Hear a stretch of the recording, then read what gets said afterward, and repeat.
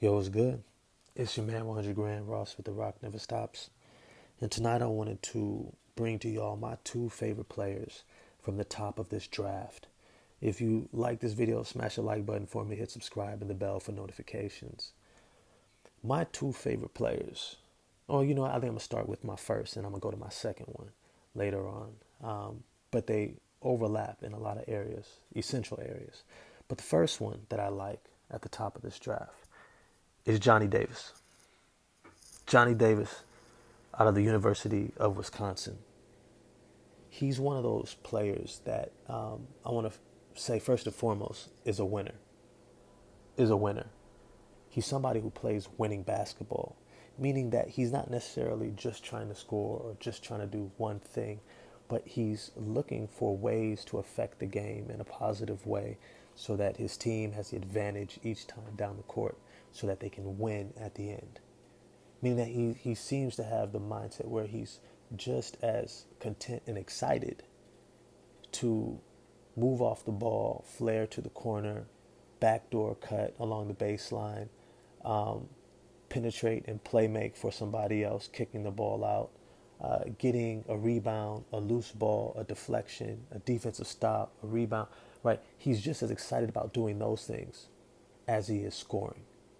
And that's a rare quality. That's a rare quality. Those are what you call winners who give you the same energy to make those plays as most players do just to be able to score, right? And so when I look at somebody like Johnny Davis, he can be plugged literally into any team. At 6'5", I think he's like 205 pounds, probably close to 210, who knows? But he's physical, extremely physical guard who has great lateral quickness, good length, quick hands, nice agility, and he's going to be able to play a variety of roles for most teams. Now, the team that I would be really excited for him to go to is somewhere between Sacramento, Detroit, Indiana, and then New Orleans. I think those teams, Sacramento, Detroit, Indiana, and New Orleans, are all going to be looking at him hard. I know a lot of people like Benedict Mathurin. I think he's the safe pick. He's definitely a safe pick. But I think Johnny Davis, the main thing that dropped him down on draft boards was the second half of the season after the ankle injury. His shooting splits went down. Teams were able to game plan for him some more, load up on him, playing in league play, and then his percentages go down. But that doesn't always tell the full story. Remember, Trae Young's percentages went down, right, in the second half of his season when he was a freshman over at Oklahoma. And so that doesn't necessarily dictate if this person is going to be a good shooter, scorer at the NBA level.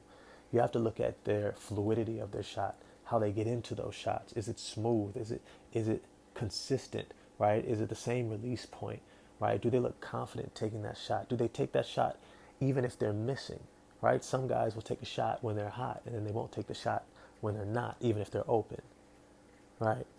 Johnny Davis is the type of player who's going to take those same shots, always looking at the next shot, believing the next shot is going to go in. He's got that mindset, which tells me that what he's showing us is who he is, right?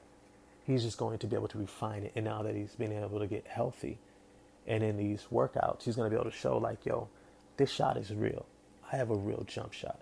And even if it's not great up front in his rookie year, and rarely do rookies shoot the ball great from the field, especially the three-point line, I can definitely see him in the next 2 to 3 years getting to that 40-something percent from the field, 35 plus percent from three, especially playing off the ball, right? Now, something else that I really love about Johnny Davis is he's a leader. He's a leader. Leadership qualities are rare in terms of what can transfer from college to the pros, right? Peyton Pritchard, he leads in his own way. When he was at Oregon, he was a leader for his team, right? He was a captain on his team.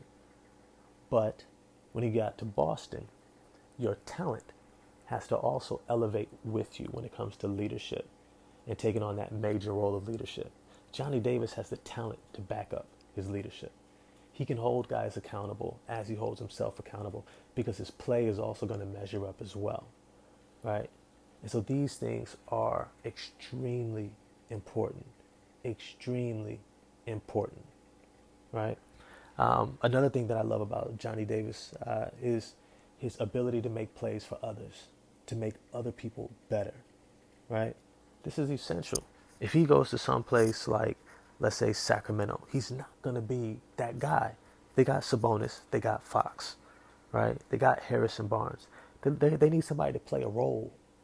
They need somebody to play a role, to be a consistent shooter, lockdown defender.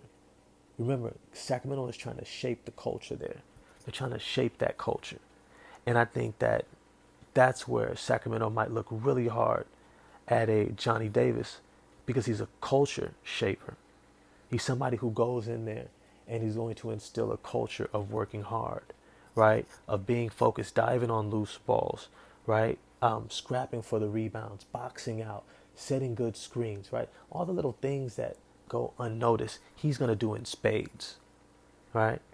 And so that's why I have him as somebody who's definitely high on my board as a draft pick. The second guy, the second guy that I have is Tari Eason. Tari Eason reminds me of somewhere between Patrick Williams from the Bulls and I want to say DeAndre Hunter for the Atlanta Hawks, right? Now, both those guys, their skill sets are a little bit more refined now. But I would say Tariq Eason, the main reason why I give him that comparison to those two players is because of his physical nature out there. His physical nature. He's 6'8" and change. Like, he easily has somewhere between a 6'11" and 7+ foot wingspan, right? He's a phenomenal athlete, a smooth athlete, right? Who's able to use an extremely strong body to be able to defend multiple positions. And he's able to score in a variety of ways. Now, yes, let's just get the, main stuff out the way now. We understand he's right hand dominant, right? He's damn near, what's his name? I always forget names, damn it. For the Knicks, Julius Randle. He almost has that type of a feel where he's so one hand dominant, right hand dominant, that it's like, yo, you don't even want to try to go to the other hand. You don't even want to try. And it's like, I might, but I can do this with this right hand. And if I'm honest and fair, he's been pretty dominant with that right hand, right? And that's something that also tells me it's transferable, right? When defenses know what's coming and you can still be able to use it and score at a high level against them, that tells me something about how proficient you are at what you're good at what you're best at, right? But also keep in mind, once again, when he goes to the pros, he's not going to be the number one option. He's not going to have the other team's primary defender on him. More than likely, he's going to be coming off the bench as a rookie, right? He's not going to be starting. But at 6'8" and change, and his agility to be able to play and defend on the perimeter and in the interior is one of the most coveted skills in the NBA today. When you look at the Utah Jazz, and they're missing a versatile perimeter defender forward, right, who can help out Rudy Gobert on that perimeter defense, right, and not expose him so much there, right. When you look at the scorers, Jason Tatum and Jaylen Brown for Boston, right, not having multiple tall, lanky wings to defend them, right, really puts you in a terrible spot. And so most teams, they might have one guy like a Mikal Bridges, right? But the reality is, the more of those guys you have, the better. You see a team like the Dallas Mavericks, right? Reggie Bullock, Dorian Finney-Smith, right? Having multiple of these guys is extremely, extremely advantageous because of how much teams rely upon the three-point shot. Having somebody with a long wingspan who's athletic and quick, who can get out there and contest, right, can really be the difference between you having an elite defense and having a mediocre or poor defense, right? This is something that Tari Eason is going to be able to bring to the table immediately. Adding to that, his rebounding, his interior scoring, his athleticism to go up and get it type of guys. And he does a great job in playing passing lanes. Now, what I also think is promising about him, and another reason why I compared him to DeAndre Hunter and who they're trying to groom Patrick Williams into, is that Tari Eason has a strong slashing game. He gets to the rim extremely well, and he has great not body mechanics, but he has the ability to contort and control his body as he's weaving through defenses, right? Now, sometimes he gets caught in a charge trying to do a little bit too much, didn't get the call. But many times you see him being able to contort his body, shifting it to the side to evade a charge and be able to finish around or over defenders. And this is something that's really important because one of the things he's going to be able to bring to a team early on is not just the great defense. And I didn't even mention getting out in transition, but he's also going to be able to attack the rim. And having a definable skill like that, it really gives a coach a level of trust to be able to say, if I throw you out there, I know what I'm going to get on both ends. Not like a Frank Ntilikina, like, oh, I know what I'm going to get on this end. Great defense. But on offense, it's a huge question mark. And so I don't know if I can rely on you. You know with Tari Eason, what you're going to be able to rely on him for, right? But I want to know what you guys think. I have Tari Eason going. I would like him to go to the Knicks. I think he's a perfect fit for the Knicks.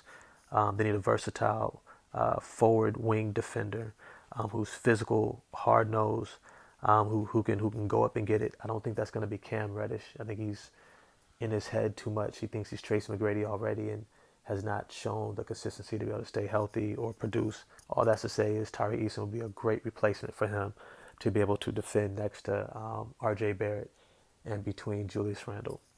But I could see him going as high as, let's say, number 7 with the Portland Trail Blazers.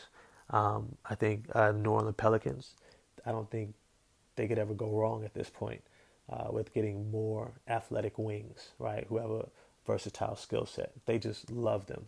They're high value, and I could see them taking that if Johnny Davis doesn't fall to them. You also got a team like the San Antonio Spurs who could use more versatile forwards. And then, of course, you got Washington and New York, right? So I think he's a high value type player, especially for this NBA, and what he brings, along with Jeremy Sochan is another player who also brings a similar skill set in terms of his body, but he plays a little bit differently. But that type of a player, 6'8", versatile wing forward who can defend multiple positions, are high value picks. But I don't know what you guys think. Where do you guys think that Johnny Davis and Tari Eason are going to go in the draft? Do you think they're going to be for sure lottery picks? Do you think they go up draft boards? Do you think that they're going to fall? Let me know what you think. I definitely respond in the comment section, and I will holler at y'all later. Peace.